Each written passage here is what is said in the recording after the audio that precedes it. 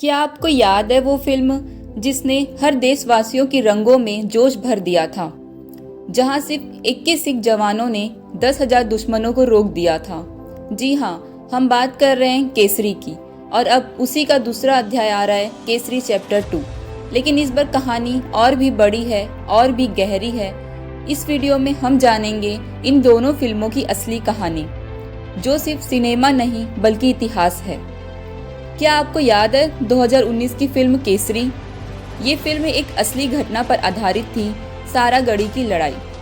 साल था 1897, तारीख थी 12 सितंबर, जगह थी सारागढ़ी, जो आज पाकिस्तान में है। उसमें दिखाया गया था कैसे सिर्फ 21 सिख जवानों ने 10,000 अफगानों से भिड़कर सारागढ़ी की पोस्ट बचाई थी। इन 21 जवानों की लीड कर रहे थे हवलदार ईश्वर सिंह। अफगान लड़ाकों ने हमला किया तो ब्रिटिश कमांड से मदद मांगी जाती है, लेकिन साफ मना कर दिया जाता है। फिर क्या था, ईश्वर सिंह और उनके साथियों ने तय किया, लड़ेंगे मरेंगे लेकिन हार नहीं मानेंगे। फिल्म में दिखाया गया कैसे हर सिख सिपाही ने वीरता से लड़ाई की। उनके पास सीमित गोलियां थी, लेकिन हौसले असीम थे। उन्होंने अपनी जान की बाजी लगाकर उस किले को अंत तक दुश्मनों से बचाया। ये लड़ाई इतिहास में अमर हो गई। ब्रिटिश सरकार ने भी इस लड़ाई को सबसे बहादुरी भरा युद्ध कहा था। अब बात करते हैं केसरी चैप्टर 2 की, जिसका ट्रेलर हाल ही में रिलीज हुआ है और दर्शक एक बार फिर उस जज्बे को महसूस कर रहे हैं। लेकिन ध्यान दीजिए, ये कहानी अब सारागढ़ी की नहीं है। इस बार फोकस है जलियांवाला बाग हत्याकांड पर। 13 अप्रैल 1919 अमृतसर का जलियांवाला बाग। बैसाखी का दिन था और हजारों लोग एक शांतिपूर्ण सभा के लिए इकट्ठा हुए थे, लेकिन जनरल डायर नाम के अंग्रेज अफसर ने निहत्थे लोगों पर गोलियां चलवा दी। करीब 1,000 लोग मौके पर ही मारे गए। ये भारत के स्वतंत्रता संग्राम की सबसे क्रूर घटनाओं में से एक थी। अब फिल्म केसरी चैप्टर 2 इस दर्दनाक घटने के बाद की कहानी को दिखाती है।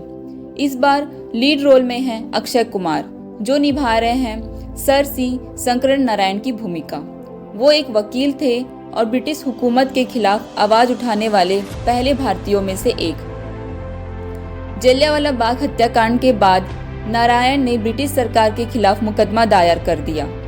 ये आसान नहीं था अंग्रेजों के खिलाफ कोर्ट में जाना, वो भी तब जब भारत गुलाम था। एक क्रांति जैसा था। आर माधवन एक ब्रिटिश अफसर के किरदार में है, जो नारायण के सामने खड़ा होता है।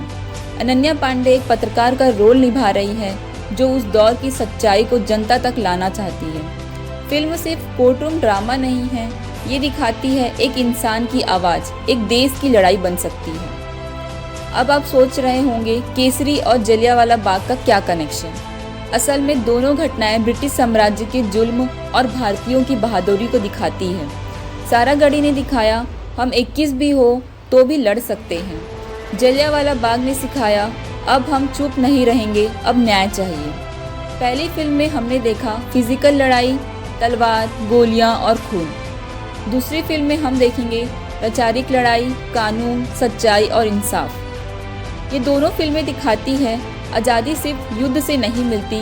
कभी बंदूक से लड़ाई होती है, तो कभी कलम से और कभी कानून से।